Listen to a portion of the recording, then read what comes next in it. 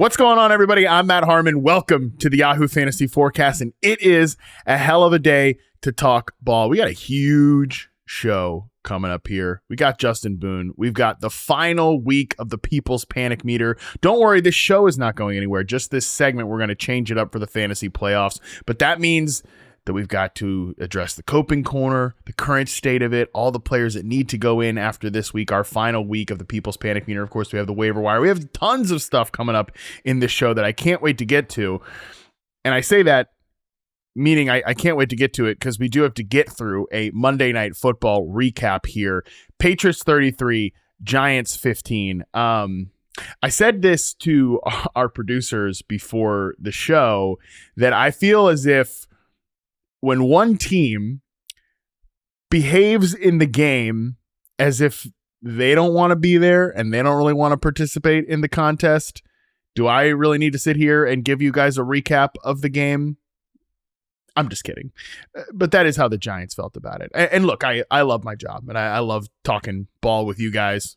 Well, I'm really talking to myself, but I love talking ball. I love thinking about this stuff. And there are some things that we learned in this game on both sides of the ball. But we will start, as always, with the winning team here. So let's talk about the New England Patriots, and let's talk about Drake freaking Maye, baby. Number one quarterback in EPA per dropback, number one quarterback in adjusted yards per attempt after this game. Almost had his first 300-yard passing performance, which is kind of crazy that he hasn't cleared 300 passing yards this season, despite the fact he's having this miraculous year. As we're showing on the screen right now, Drake Maye 10 games with 100-plus passer rating this season. The only quarterback with more in a season at age 23 or younger are Patrick Mahomes in 2018 and Dak Prescott with 11 in 2016. Pretty good company to be in there. That's from at Front Office NFL researcher there. Yeah, that's the company that Drake Maye is keeping. He is having one of the best sophomore seasons of all time for a quarterback. He's been incredible this year. Again, 9.33 adjusted yards per attempt. Matthew Stafford is in second at 8.8.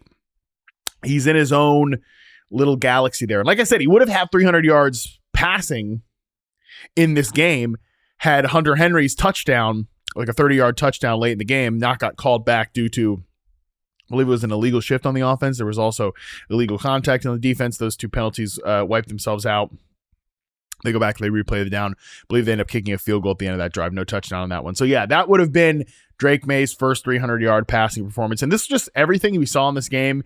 It's what Drake Maye has done all year that I think makes him such an awesome quarterback. Now the betting favorite to be the NFL's MVP. Of course, it's going to go a little bit back and forth between some of these guys here, mainly Drake Maye and Matthew Stafford. Obviously, the game that Stafford had where they have those turnovers, moved the ball against Carolina, but they had those turnovers.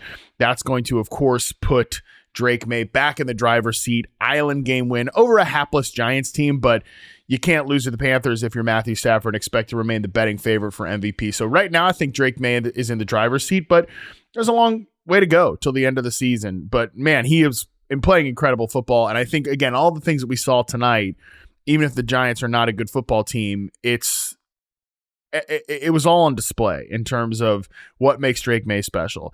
I love the way he navigates the pocket. He took 3 sacks in this game, but he only lost 6 yards on those sacks. That's something that I think is really, an evolution in his game, really all throughout the year, even when he was taking a bit too many sacks. And there were some sacks late in this game that you probably don't want him to take, but he never has one of those sacks that you see from really bad quarterbacks where he loses an absurd amount of yards. It's always, I actually wonder if we could look that up, like yards lost on sacks. He's got to be like yards lost per sack on sacks. Like he's got to have one of the lowest of the season here. I'll dive into that, maybe tweet about it through the week here. Maybe not going to deep dive on that at 11:30 p.m. Eastern here. But yeah, I think that's, again, one of his superpowers, the way he navigates the pockets, even when he is getting pressure, even when he does eventually get sacked, he never takes these crushing, brutal losses. And that's why the offense is able to keep moving and be one of the most efficient units in the NFL, despite the fact that he is taking those sacks. And he's doing this now with out his rookie starting left tackle, Will Campbell, Jared Wilson at guard, left guard, the two spots there. there. He's not in this game. And the Giants do have some good pass rushers over there. So that was a testament to Drake Maye, and seeing that skill of his on display all night was really impressive. You also saw the accuracy and the ball placement on a number of throws. The fade to Kayshon Boutte, great throw there, just perfectly placed. That looked like a Matthew Stafford to Davante Adams type of play. You know, Aaron Rodgers is complaining after the game, the loss to the Bills this week, that his receivers are not on the same page as him, saying, hey, they need to show up to film sessions when I adjust the route, run the right route. There was a miscommunication between Aaron Rodgers and DK Metcalf at the goal line where Metcalf runs an in-breaker. It looked like Rodgers wanted him to run an out-breaker. That's the stuff he was so automatic with on Davante Adams through the course of their career in Green Bay together. Saw it a little bit briefly when they were with the Jets, but not as much there. And Drake Maye is doing that with Kayshon Boutte. Like Drake Maye in his second season, Kayshon Boutte goes from being kind of a rotational player in his second season in the NFL, an afterthought in his first season in the NFL. He gets his stuff together, and he's doing that with Drake Maye, like running those, hey, just quick out route, and we just hit for a touchdown. That's pretty incredible stuff. The touchdown to Kyle Williams, gorgeous throw on the touchdown to Kyle Williams. It's Kyle Williams' only catch of the night, 1 for 33, his only target of the night. He obviously is not a full-time player as Kyle Williams, but man, I'm telling you what, like his releases off the line of scrimmage are so impressive. If you're a dynasty bag holder on Kyle Williams, that's the stuff you love to see. The ball placement there, Williams able to get his feet down along the sideline, track that ball, great catch by him. He's someone that I think you can be excited about for the future. Really good game from Drake Maye. Again, the ball placement, the way he navigates the pocket, those are the things that make him special. Those are the things that make him an excellent quarterback from an NFL standpoint, even if, from a fantasy standpoint, like he has 20.5 points in this game. He played way better than 20 fantasy points. He played an incredible game here, and it was good to see him get some of those touchdowns, get some rushing production too. We haven't seen Drake Maye have these monster rushing games, but 12 rushing yards, it's a little bit something there. Long run of 8 in this one. So yeah, tonight was Drake Maye's 6th game this season, completing at least 75% of his passes while throwing 2 or more touchdowns. That ties Matt Ryan in 2016 for the 3rd most such games in a season in NFL history. That comes from at ESPN Insights. Matt Ryan in 2016, anybody remember what he did then? Believe he won the NFL's MVP, and that is the way Drake Maye is playing right now. So awesome to see that from Drake Maye. Again, just the rest of these skill position players here, kind of what we expected. Hunter Henry runs the most routes on the team here, and he had a pretty nice night if you played him. 4 for 73, did have that touchdown call back as well. Some really nice receptions by Hunter Henry. Kayshon Boutte runs the most routes among the wide receivers. That's to be expected at this point. He caught the touchdown. This was a good matchup for Kayshon Boutte because of that single high coverage that the Giants play. That's the type of looks that we usually see. And Kayshon Boutte even had a reception called back in this one as well. So good game from him. He's been a really nice, useful player for the Patriots this year. Steph Diggs, disappointing night from him. 4 targets on the 3rd most routes among the wide receivers. Matt Collins runs more routes here than Stephon Diggs does. It is getting really difficult to predict when Stephon Diggs is going to have a big game because he bumps up for that huge route participation against the Jets of all teams on Thursday night a few weeks ago, and then he hasn't come close to recapturing that level of playing time for the New England Patriots. And he kind of moves between slot, flanker. He's great against man coverage. This is a man coverage heavy team, but they just didn't really need to rely on him. He's been a great addition for the Patriots, and he's had enough good weeks to call him a good fantasy draft pick at ADP. It's just been a little difficult to pick when those weeks are coming. And I say this as someone that I'm starting Stephon Diggs on one team kind of every single week, and I'm just not really sure when he's going to have those big weeks. So he will definitely be an interesting player to discuss when we get to the trust meter segment with Boone in a few weeks when we're talking about fantasy playoff matchups. He's a guy that is a little bit difficult to trust. In the backfield for the New England Patriots, obviously going to be a huge talking point. Like, what's the deal with the Ramondre Stevenson and Travion Henderson split here? The deal is that these guys pretty much split the touches almost 50-50, 15 touches or 15 opportunities for Ramondre Stevenson, 15 for Travion Henderson, Ramondre Stevenson ran a few more routes, played a few more snaps overall, but for all intents and purposes, it was a pretty even split. You got 80 yards from scrimmage for Ramondre Stevenson. You got 86 yards from scrimmage for Travion Henderson. So certainly could have been worse. Both of these guys were able to, be impactful in the game in their own ways. Stevenson obviously does not bring nearly the juice that Travion Henderson does, who was good in this game, made some nice runs in this one. I still think he's a player that's on the rise. Nobody expected him to have the same workload that he had when Stevenson wasn't playing. That's just not going to be in the cards because Stevenson does hold a role for this team, and they do like him. They don't want Travion Henderson to touch the ball 20 plus times in a game. The broadcast at one point shared a note from Mike Vrabel, who I was told on Twitter hated Travion Henderson. Interesting that narrative is probably going to be back after this usage, but that he compared him to Jahmyr Gibbs, did Mike Vrabel to the ESPN broadcasters, Troy Aikman and Joe Buck. And, we got to remember that it's taken until this season for Jahmyr Gibbs to fully push away from David Montgomery. And I think Stevenson's not as good as David Montgomery at his peak, but it's just probably going to be that way this year, where I think you can still play Travion Henderson in fantasy football. And this obviously was a really good matchup. And they're going to their bye week this week. Maybe you come back and you see even more usage for Henderson. He certainly looks like he has earned that level of usage in the promotion there. Like week 15 against the Buffalo Bills, I'm playing Travion Henderson and I'm feeling really good about it in my week 15 lineups if you happen to have him. So I know it's annoying with the Stevenson stuff. It's not something that I'd be panicking about. I'd be freaking out about. He still had a really good game here, 86 yards from scrimmage. You're going to take that. You're going to take the involvement in the passing game as well. 3 catches on 4 targets here, gained a first down on one of those. So yeah, I just like a lot of what's going on here for New England in the passing game. In the rushing game, they're not going to be a great rushing team, but Travion Henderson gives them some explosives. Long run of 9 for Ramondre Stevenson, 26 for Travion Henderson. That's why he's going to continue to get work here, because he offers them explosive playability that Stevenson just straight up doesn't. And they're probably never going to be a consistent grinded out team with that offensive line and just some of the infrastructure situation that they have going on there. So that's the Patriots.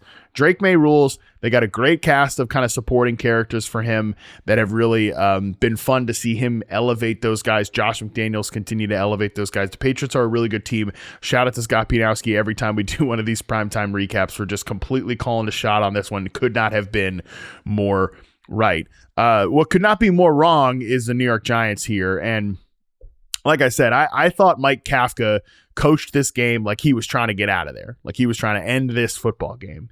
And I didn't love some of the punting decisions. Felt like they were almost running the clock out at points in this game. And, again, I joked with the producers prior to this recap kicking off here. It felt like Mike Kafka's number one coaching point in this game was don't get Jackson Dart hurt. And Jackson Dart said, hey, I hold my beer. I'm going to try to get myself hurt. Don't worry. He got himself blasted a few times in the first quarter of this game, which is just like, brother, you've got to clean that up. You can't be doing the tiptoe nonsense around the sideline. You cannot get blasted in the pocket. You've got to protect yourself better. This is just, it's insane that we're still talking about this. I understand this is part of his game. He's going to be an aggressive player. You're going to be an aggressive player that's not going to be available for your football team. You've got to get that cleaned up. And again, from then on, it sort of felt like Kafka coached this game with the number one directive from ownership being like, you better not get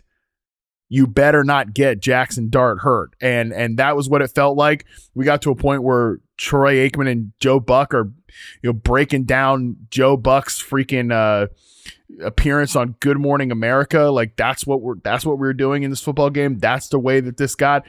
It just was not a great look, I think, offensively for the New York Giants. And there's a cascading effect here from a fantasy standpoint. Giants would be picking second overall if the season ended today. That will be interesting because I do think Dart is a guy that is worth trying to build around here for the next few seasons. I would get rid of the GM and just completely start over. I think people will want to coach Dart. They'll want to try to get the best out of him. That would create a really interesting situation if we're looking at the top two teams here, Cam Ward and with the Tennessee Titans and Jackson Dart with the New York Giants. Will be pretty interesting top of the draft if that ends up coming to pass here. But there's a cascading effect here from a fantasy standpoint because, Boone and I sort of debated and discussed this on the preview show. My contention with him to Boone was that for Jackson Dart, like if he's not going to be this crazy proactive runner, and he ran 4 times tonight for 20 yards, no touchdowns, of course. If he's not going to be that guy, they do not have the passing players around him for him to be a good fantasy quarterback. Like, and honestly, I think period, end of story on that one. He scores 20, just under 14 fantasy points here, so not a horrific day or anything. QB 19 on the week, but it was not a good performance.